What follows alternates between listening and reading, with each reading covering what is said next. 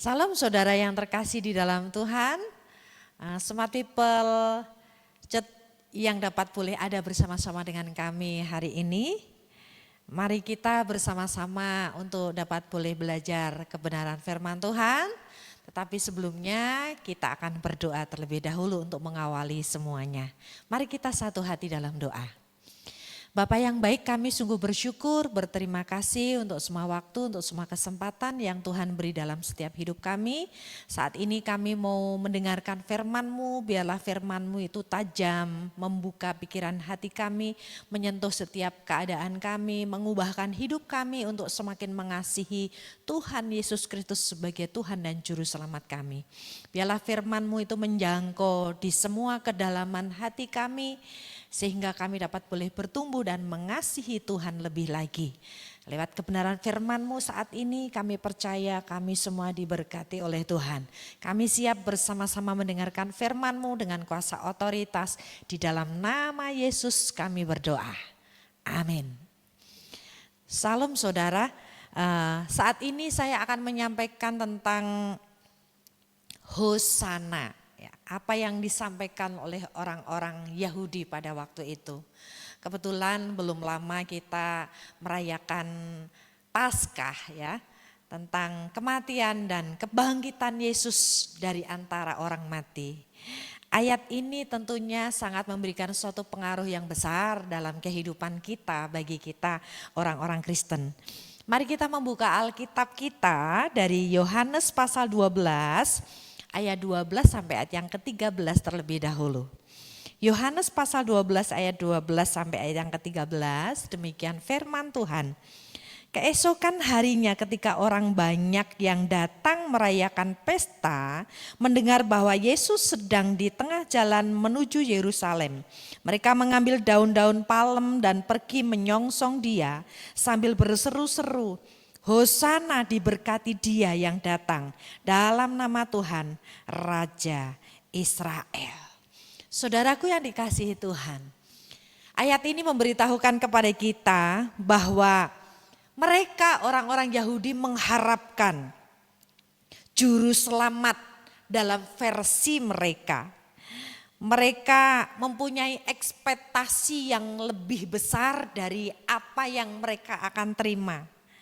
Bahwa Hosana, Raja dunia itu yang menurut ekspektasi mereka adalah mungkin kalau di zaman sekarang orang yang terkenal seorang raja naik pesawat jet pribadi mungkin gitu kira-kira, atau naik mobil mewah gitu. Tetapi kenyataannya justru di dalam ayat ini memberitahukan kepada kita, ternyata Yesus cuman naik seekor keledai muda. Saudaraku yang dikasihi Tuhan, tujuan mereka bahwa kehadiran Yesus itu untuk mengembalikan kejayaan dunia yang mereka harapkan sebelumnya. Di tengah-tengah kondisi dan keadaan waktu Yesus datang, mereka berharap lebih daripada apa yang mereka miliki dan mereka alami dan mereka terima. Tetapi ketika melihat kondisi keadaan Yesus tidak seperti yang mereka harapkan, akhirnya mereka kecewa. Aplikasinya bagi kita apa sesungguhnya di dalam ayat ini? Hati-hati saudara, saat hatimu itu sedang kecewa. Ya, kekristenan itu dibutuhkan kehidupan dalam kedewasaan supaya kita tidak menjadi gampang kecewa. Jangan sampai hari ini kita berkata seperti mereka orang-orang Yahudi, Hosana, Hosana, Allah Juru Selamat. Engkau raja di atas segala raja, dari tempat maha tinggi turun buat saya. Tetapi justru dengan mulut yang sama juga kita berkata, salibkan dia, salibkan dia. Saudara, kita pernah mengingat dan mendengar ada beberapa lagu yang sangat viral di akhir-akhir pertengahan tahun sampai awal tahun ini. Yaitu lagu Meskipun Tuhan tak menolongku.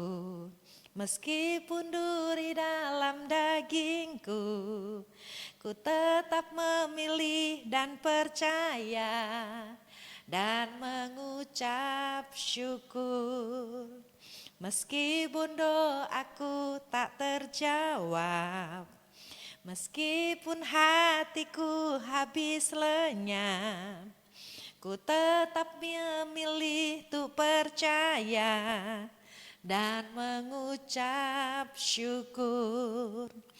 Lagu itu menegaskan mau doa kita dijawab atau tidak, mau persoalan kita itu berubah atau tidak, mau beban kita yang kita pikul itu mengalami kelegaan atau enggak, kita tetap percaya, kita tetap mengucap syukur, kita tetap mengatakan Hosana, Tuhan selamatkanlah kami. Mau Tuhan menyelamatkan atau tidak, mau Tuhan menjawab doa kita atau tidak, kita tetap percaya bahwa Yesus adalah Tuhan dan Juru Selamat kita. Kata Hosana adalah sebagai suatu permohonan. Bagaimana mereka menginginkan sebuah kekuatan dan keselamatan. Sekaligus juga sebagai sebuah pujian. Tuhan, aku sedang memujimu, Hosana, Hosana.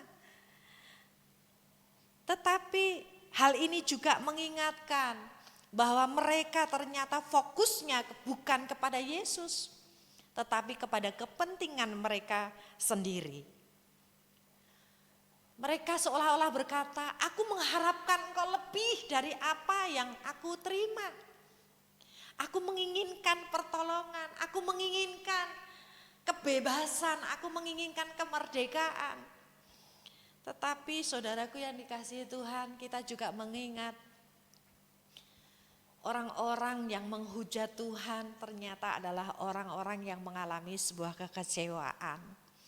Ketika doanya tidak dijawab, ketika pengharapannya tidak sampai sebuah tujuan seperti yang dia inginkan. Di dalam Yohanes 12 ayat 13 sampai 16 kita akan baca kembali di dalam ayat-ayat ini. Yohanes 12 ayat 13 sampai 16 firman Tuhan katakan, mereka mengambil daun-daun palem dan pergi menyongsong dia sambil berseru-seru Hosana, diberkatilah dia yang datang dalam nama Tuhan Raja Israel. Ayat yang ke-14, Yesus menemukan seekor keledai muda, lalu ia naik ke atasnya seperti ada tertulis. Ayat yang ke-15, jangan takut hai putri Sion, lihatlah rajamu datang, duduk di atas seekor anak keledai. Ayat yang ke-16, mula-mula murid-murid Yesus tidak mengerti apa akan hal itu, tetapi sesudah Yesus dimuliakan, teringatlah mereka bahwa nas itu mengenai dia dan bahwa mereka telah melakukannya juga untuk dia. Saudaraku yang dikasihi Tuhan, ayat 16 dikatakan mula-mula murid-murid itu tidak mengenal apa yang terjadi sesungguhnya dengan Yesus. Tetapi saudara, mungkin pertama-tama mereka hanya mementingkan kepentingan diri sendiri pada awalnya ketika berjumpa dengan Tuhan. Tetapi dengan proses kehidupan setelah mereka mengenal, tahu siapa Yesus Kristus sesungguhnya, maka pengenalan akan pribadi Yesus itu membuat mereka kuat dan tidak menjadikan mereka gampang kecewa. Saudara, kemuliaan yang sejati sesungguhnya ketika kita menghadapi suatu persoalan bagian daripada salib Kristus. Ketika kita sudah mengenal Tuhan, hidup benar, sudah melayani, sudah melakukan ini itu, tetapi kita belum memiliki seperti yang kita mau. Tetapi saudara, dalam proses kehidupan, bukankah itu merupakan salah satu salib, seperti Yesus menanggung salibnya. Kemuliaan bukan saat kita dipuji-puji, orang respect dengan kita. orang menghormati kita, orang mengeluh-elukan kita. Tetapi kemuliaan yang sesungguhnya ketika kita menghadapi suatu proses, kita tetap percaya kepada Tuhan. Ketika kita hidup dalam suatu kebenaran dan oleh karena kebenaran kita dibenci, kita dihina, kita diremehkan. Itulah salib yang sesungguhnya. Kadang-kadang kita dibawa ke suatu tempat untuk mengerjakan ini dan itu yang kita tidak sukai. Itu bukan zonaku, tetapi ketika kita mengerjakannya, itulah bagian juga daripada kemuliaan. Bagaimana kita taat dan mengerjakan sesuatu yang kita tidak sukai, tetapi kita harus melakukannya dan harus taat, harus setia, harus kita kerjakan. Karena kita tahu di dalamnya ada kebenaran yang mesti harus kita pegang teguh. Saya akan membacakan di dalam Yohanes 12 ayat 17 sampai 18 untuk sekali lagi buat kita ya. Gitu. Ayat yang ke-17 firman Tuhan katakan, orang banyak yang bersama-sama dengan dia ketika ia memanggil Lazarus keluar dari kubur dan membangkitkannya di antara orang mati, memberi kesaksian tentang dia. Ayat yang ke-18, sebab itu orang banyak itu pergi menyongsong dia karena mereka mendengar bahwa ia membuat mujizat itu. Yang kedua Bapak Saudara yang dikasihi Tuhan, orang datang karena mujizat. Kita tahu pastinya kita semua orang Kristen gak asing dengan mujizat. Kalau kita mengalami satu hal di dalam kemustahilan, pasti kita membutuhkan perkara yang besar, yaitu mujizat. Apa yang kita tidak bisa kerjakan, hanya Yesus yang bisa mengerjakan, kita juga membutuhkan mujizat dan pertolongan daripada Tuhan. Tapi kita juga tahu sesungguhnya bahwa mujizat hanya sebagai sarana menghantarkan kita, iman kita untuk berpaut kepada Dia. Supaya kita juga semakin tahu jalan-jalannya, kita mengerti bahwa sarana itu adalah yang pintu untuk membuka jalan. Supaya kita lebih tahu lagi perkara-perkara besar apa yang Yesus sudah kerjakan. Tetapi kita juga tahu mujizat bukan satu-satunya tujuan dalam kehidupan kekristenan. Karena kalau kita sebagai anak Tuhan, kita sebagai orang Kristen, percaya kepada Yesus, mengikut Tuhan, hanya mengandalkan mujizat seumur hidup kita, maka kita akan kecewa. Sedikit-sedikit kita akan kecewa ketika kita tidak ditolong. Kita akan mengatakan salibkan dia. Karena apa? Kita tahu sering banyak kita mendengar orang Kristen berkata, Tuhan gak adil, Tuhan gak sayang sama aku. Ya, saya percaya bukan karena Tuhan gak sayang, tetapi mungkin ada waktu dan tempat. Ada sesuatu yang Tuhan mau kerjakan yang lebih lagi. Ayat yang ke-19 saudaraku, di dalam Yohanes 12 itu. Ayat yang ke-19 firman Tuhan katakan, yuk kita baca sama-sama. Maka kata orang-orang Farisi seorang kepada yang lain, kamu lihat sendiri bahwa kamu sama sekali tidak berhasil. Lihatlah seluruh dunia datang mengikut dia. Saudara, ayat ini orang-orang Farisi menimbulkan suatu hasutan. Bagaimana kadang-kadang kita mendengar seseorang, lihat, kamu udah melayani, kamu udah percaya, kamu udah sungguh-sungguh, kamu sudah melakukan ini itu, tapi mana buktinya? Kamu belum berhasil toh, gitu. Kamu belum menikmati toh, gitu. Nah, saudaraku yang dikasihi Tuhan, ini sebuah pengaruh mengajak orang lain untuk pahit hati, ini hati-hati. Karena apa? Orang Farisi sama dengan memelacurkan dirinya, mohon maaf perkataan saya, mungkin agak kasar. Dia percaya kepada Tuhan tetapi juga dia menjadikan kepentingan dirinya jauh lebih penting dari keyakinannya kepada Tuhan. Mungkin juga orang-orang Farisi berkata, ya aku tahu Yesus itu berkuasa, aku tahu, tapi kalau tidak seperti yang aku mau, itu bukan. bukan yang diharapkan. Saudaraku yang dikasihi Tuhan, orang Farisi menyembah dirinya sendiri, menghadirkan Yesus hanya sebagai keuntungan belaka. Goal orang percaya, saya percaya, kita semuanya tahu, bukan hanya sekedar hidup kita percaya dan terima keselamatan. Goal kita sebagai orang Kristen, bagaimana kita dapat boleh menjadi jembatan bagi orang lain untuk melewati sebuah proses kesengsaraan dan persoalan, untuk orang-orang dapat boleh mengalami kehidupan dalam kemerdekaan. Mereka terlepas dari kutuk dosa. Terlebih dari itu, yang terpenting adalah mereka terima keselamatan yang kekal. Tetapi juga tidak berhenti di situ. Bagaimana orang-orang Kristen dapat boleh mengerti dan menemukan panggilannya. Bahasa kerennya adalah destiny-nya. Apa yang Tuhan tentukan atas kehidupan seseorang untuk dikerjakannya sebagai panggilan pribadinya. Kita tahu semua orang memiliki panggilan yang berbeda-beda. Tetapi kalau hari ini kita diingatkan oleh firman Tuhan, yuk kita mengasihi orang lain seperti mengasihi diri kita sendiri. Kita dapat boleh berdampak melalui kehidupan kita setiap hari. Ya, renungan firman Tuhan saat ini adalah yang pertama, bagaimana kita meneladani Yesus. Hidup sederhana. Kita punya kerendahan hati.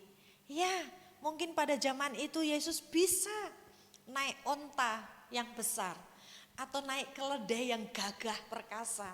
Tetapi kenapa Yesus harus naik keledai yang muda, yang kecil, yang mungkin menurut ukuran manusia enggak sesuai.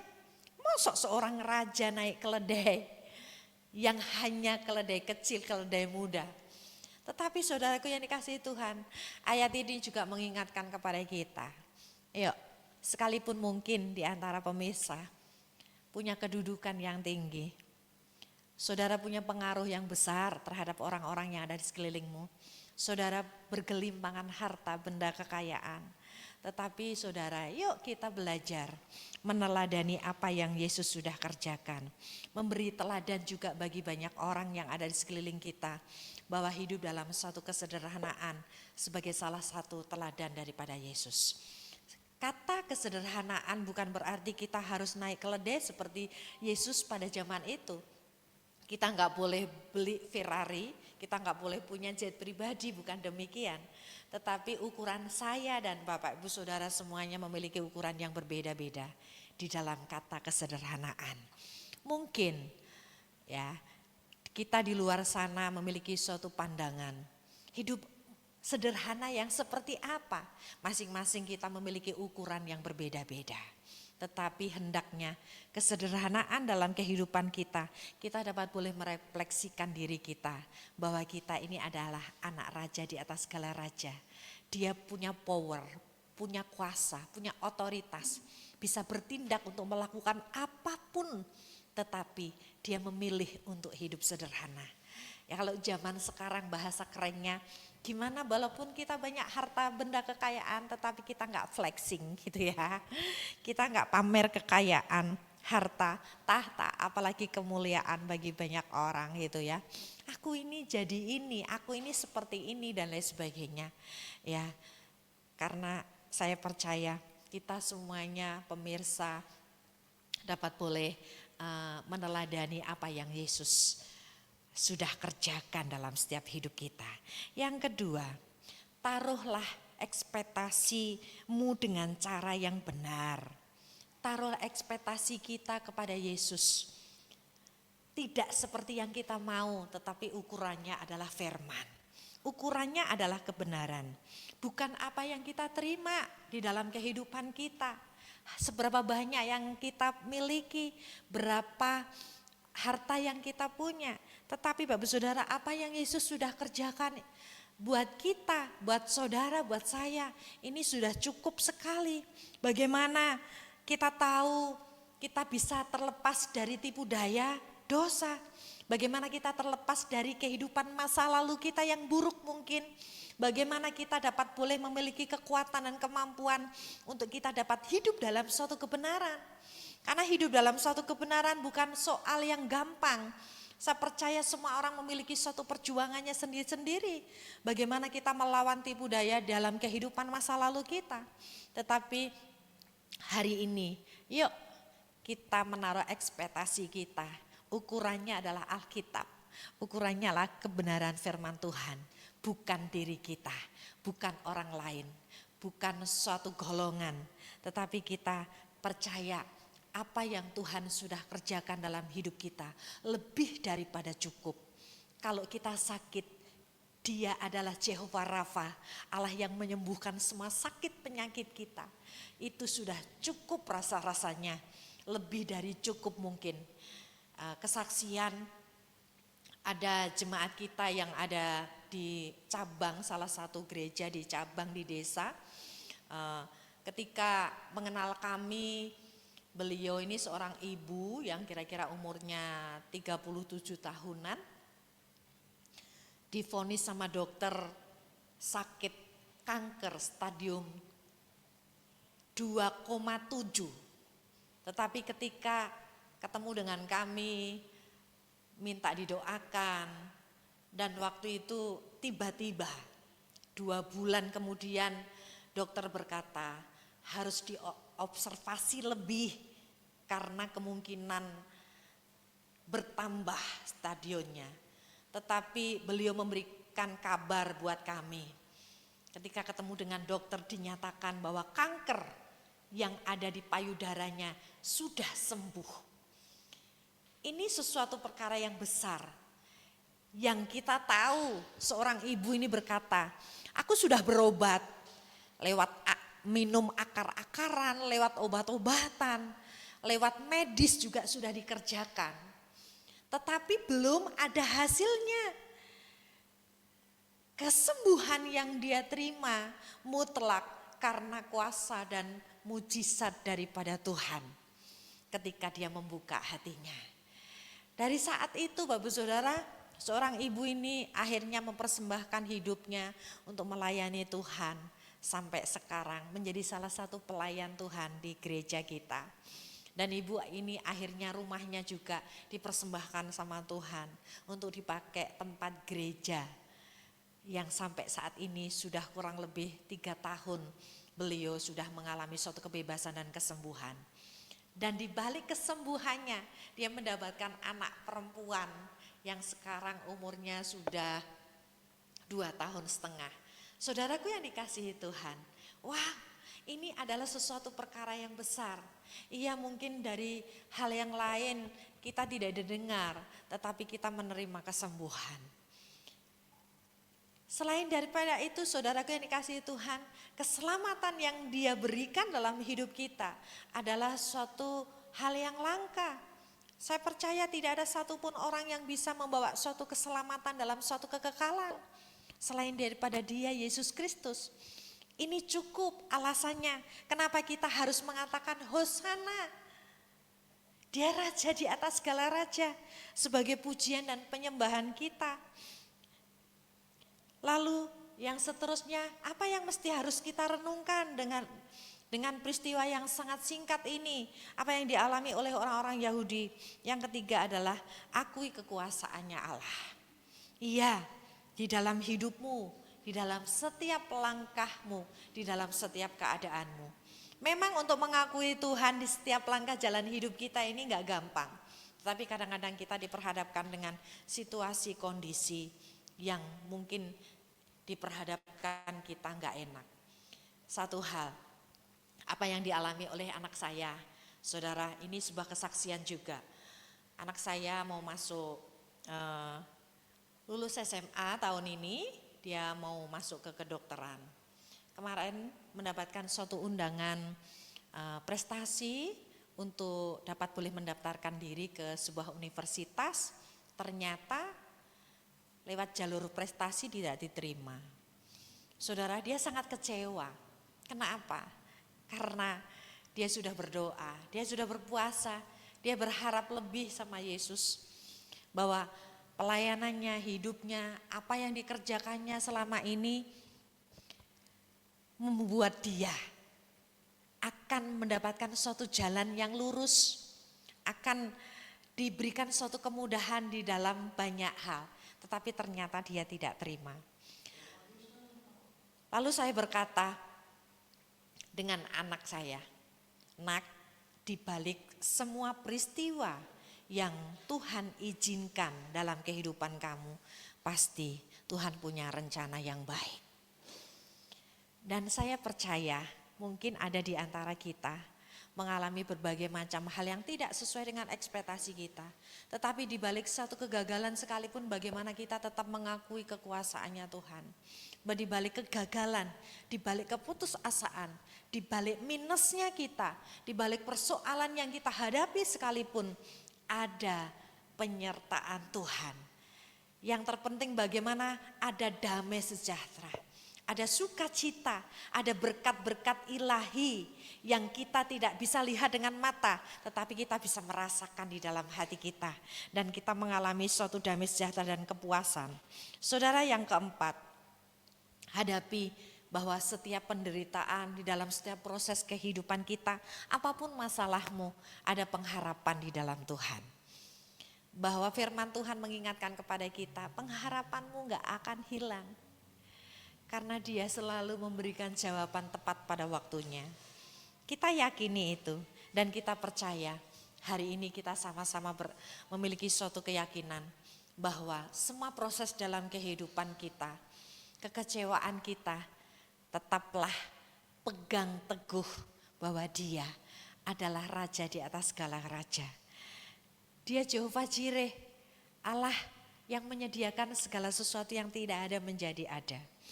Saudaraku yang dikasihi Tuhan, yang terakhir, taruh ekspektasimu dengan cara yang benar supaya kita tidak menjadi kecewa. Untuk menyembuhkan sebuah kekecewaan itu sulit sekali. Dan untuk kita tidak kecewa itu juga dibutuhkan suatu kemauan yang besar. Dibutuhkan satu perjuangan. Dibutuhkan satu komitmen untuk memilih untuk kita tidak kecewa. Sekalipun itu sulit untuk kita kerjakan. Nah, kira-kira demikian saudaraku yang dikasihi Tuhan, firman yang kita dapat boleh bahas saat ini kiranya dapat boleh memberkati kita. Kita bersama-sama berkata, Hosana. Tetapi untuk selama-lamanya kita tetap berkata, Hosana. Dia Raja di atas segala raja. Selamatkan aku dan pulihkan aku. Apapun yang terjadi, kita tetap percaya kepada Tuhan bahwa Tuhan bisa menolong kita. Ya saudaraku yang dikasihi Tuhan, lewat kebenaran firman Tuhan saat ini saya akan bersaksi. Ya kira-kira kejadian ini terjadi 12 atau 13 atau 14 tahun yang lalu. Ketika saya mengambil suatu keputusan untuk pindah dari Jakarta ke Kalimantan Tengah ini, saya punya ekspektasi terlalu tinggi. Saya berharap bahwa kepindahan saya akan lebih mengalami suatu keberhasilan, terutama dalam pelayanan dan dalam kehidupan. Tetapi kenyataannya saudara tidak seperti kita membalikkan tangan kita, tidak segampang itu. Apa yang terjadi saudara? Kami melayani di sebuah pedesaan dan di sana mengalami suatu proses yang begitu panjang. Sampai kami mengalami suatu kesulitan ekonomi tentunya saudara, karena melayani di desa ya gitu. Tapi bukan hanya itu saja. Gereja yang kami layani mengalami suatu proses bagaimana saya harus mau gak mau menyesuaikan dengan kondisi keadaan saudara-saudara kita yang kita layani di sebuah perkampungan. Kita yang tadinya dari Jakarta untuk ke kampung itu enggak gampang. Ekspektasi kita terlalu tinggi, perencanaan kita, program-program kita, semuanya kita terlalu yakin bahwa orang-orang bisa kita ajak satu frekuensi seperti pikiran dan hati kita. Tetapi ternyata tidak demikian. Sehingga proses dalam satu kehidupan itu akhirnya saya mengalami suatu kondisi keadaan bukan hanya soal tentang bagaimana mengembangkan gereja di sebuah pedesaan, tetapi juga bagaimana saya mengalami suatu proses yang begitu panjang, tentunya di dalam sebuah pelayanan.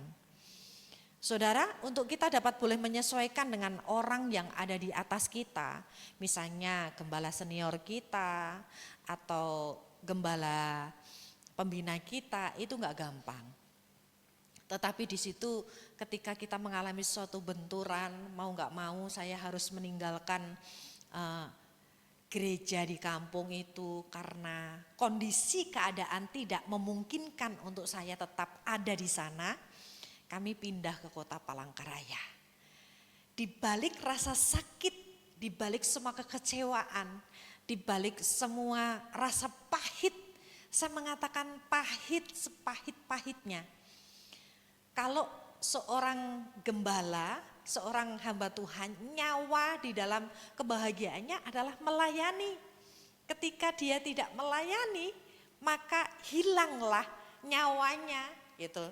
Separuh dari hidup saya ini seperti saya kehilangan jati diri saya. Kami standby di kota Palangkaraya, di kota provinsi. Apa yang kami kerjakan? Kami mengambil suatu keputusan, ya udah kalau gitu tetap di dalam posisi melayani, tetapi merintis dari awal, merintis apa yang ada, yaitu rumah kami pakai ibadah. Saudaraku yang dikasihi Tuhan, ketika itu berjalan sudah 8 tahun, 9 tahun yang lalu sudah kami lewati. Apa yang terjadi saudaraku yang dikasihi Tuhan? Ketika kita tetap percaya, ketika tetap menaruh hidup dan pengharapan kita kepada Tuhan, dan kita pastikan bahwa apa yang kita kerjakan, apa yang kita pilih itu adalah benar. Apa yang kita kerjakan adalah sesuai dengan kehendak Tuhan. Hari ini saya dapat boleh menuai dari setiap semua proses dalam kehidupan. Penuaian itu apa? Akhirnya kami punya 3 gereja sekarang yang puji Tuhan sudah berjalan dengan baik. Salah satu gereja sudah mulai membangun, jemaat sudah mulai mengalami suatu pertumbuhan. Kalau kita mengingat 14 tahun yang lalu rasa-rasanya, wow, ternyata proses yang begitu panjang, rasa sakit, rasa pahit yang kita alami beberapa tahun yang lalu, sedang mempersiapkan hidup kita untuk kita mengubah, memiliki cerita yang pahit itu menjadi cerita yang manis, menjadi suatu ukiran yang indah untuk kita tahu, wow, kita bisa mengagumi Tuhan, kita bisa lebih respect lagi sama Tuhan. Ternyata penyertaan-Mu sempurna. Selama jalan kita ada di dalam Tuhan, selama kita berkata Hosana, dan untuk mengakhiri, untuk selama-lamanya tetap kita berkata Hosana. Percayalah bahwa kita akan mendapatkan sesuatu yang baik. Kami menuai hasil dari semua rasa pahit itu, tetapi tetap bertahan di dalam Tuhan. Firman Tuhan di dalam Amsal 23 ayat yang ke-18 meneguhkan saya. Ayat ini memberkati saya secara pribadi. Ya. Amsal 23 ayat 18 firman Tuhan katakan, karena masa depan sungguh ada dan harapanmu tidak akan hilang. Jangan pernah putus asa, jangan pernah pahit, dan taruh ekspektasimu sama Tuhan, pengharapanmu sama Tuhan sebesar-besarnya, dan yakin dan percaya. Bahasanya itu madep, mantep gitu ya. Jangan berpaling ke kanan ke kiri. Jangan belok ke kanan ke kiri.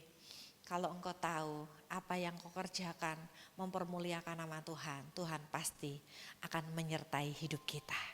Memang gak gampang, tetapi kita tahu apa yang terjadi Bapak Saudara. Tuhan membukakan pintu jalan, bukan hanya pertumbuhan di dalam gereja, bukan hanya pertambahan secara quality, tetapi Bapak Saudara, banyak hal yang Tuhan kerjakan. Kadang-kadang apa yang kita tidak doakan sekalipun itu Tuhan kerjakan. Tiba-tiba di awal tahun 2025 kemarin ada seseorang yang telepon sama saya berkata, "Bu, tolong kirim KTP." Saya pikir, oh mungkin mau buat sertifikat tanah gereja atau apa atau gimana. Ternyata Bapak Saudara yang kasihi Tuhan, beliau memberikan mobil baru dari dealer. Menurut saya, pantaskah, layakkah saya terima itu? Saya nggak percaya tadinya. Tetapi ketika kami mengambil mobil itu dengan nyata apa yang saya bisa sentuh, saya bisa lihat, saya berkata, Tuhan, Engkau tahu apa yang kami butuhkan. Karena untuk kami pergi ke pelayanan di 3 gereja, kami membutuhkan alat transportasi. Tidak hanya cukup 1 karena 3 tempat, jadinya kami harus di antara tim satu dengan tim yang lain setiap minggu pagi harus berpencar melayani di gereja-gereja yang kami layani. Bapak Ibu Saudara yang dikasihi Tuhan, kalau kami di dalam hidup pelayanan sebagai hamba Tuhan ditolong oleh Tuhan, saya percaya Bapak Ibu Saudara juga pasti ditolong Tuhan. Saya percaya bahwa tangan Tuhan itu tidak pilih kasih, tetapi Dia memberi sesuai takaran, sesuai dengan apa yang kita butuhkan. Masing-masing di antara kita kebutuhannya berbeda-beda. Tetapi saya juga percaya Dia selalu memberi yang terbaik buat kita. Saya percaya Dia tidak pernah mengecewakan kita. Kiranya firman Tuhan dapat boleh memberkati kita dan kita semua dapat boleh dikuatkan melalui setiap kebenaran firman Tuhan hari ini. Saudara, yuk kita sama-sama dapat boleh merenungkan kebenaran firman Tuhan. Kita dapat boleh juga mengingat, merefleksikan apa yang terjadi khususnya. Saya membacakan sekali lagi di dalam Yohanes pasal 12 tadi untuk mengingatkan kepada kita. Yohanes 12 ayat 12. Keesokan harinya ketika orang banyak yang datang merayakan pesta mendengar bahwa Yesus sedang di tengah jalan menuju Yerusalem. Ayat 13, mereka mengambil daun-daun palem dan pergi menyongsong Dia sambil berseru-seru, Hosana, diberkatilah Dia yang datang dalam nama Tuhan. Saya percaya diberkatilah orang-orang yang datang di dalam nama Tuhan.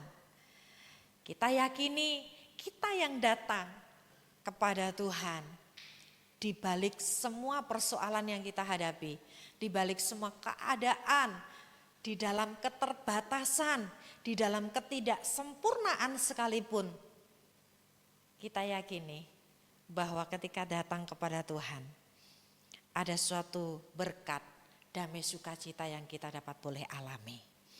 Haleluya. Kiranya dapat boleh memberkati kita semuanya.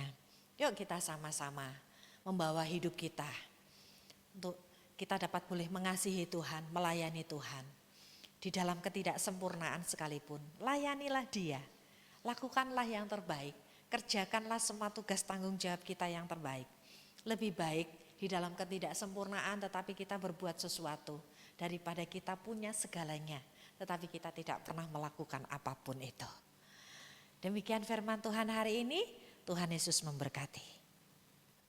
Mari kita bersama-sama bawa hidup kita di dalam doa, saudaraku yang dikasihi Tuhan, supaya kita dapat boleh merasakan kasih dan anugerah Tuhan melalui apa yang kita dengarkan saat ini.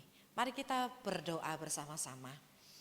Bapa yang baik, kami sungguh bersyukur, kami berterima kasih kepada Tuhan.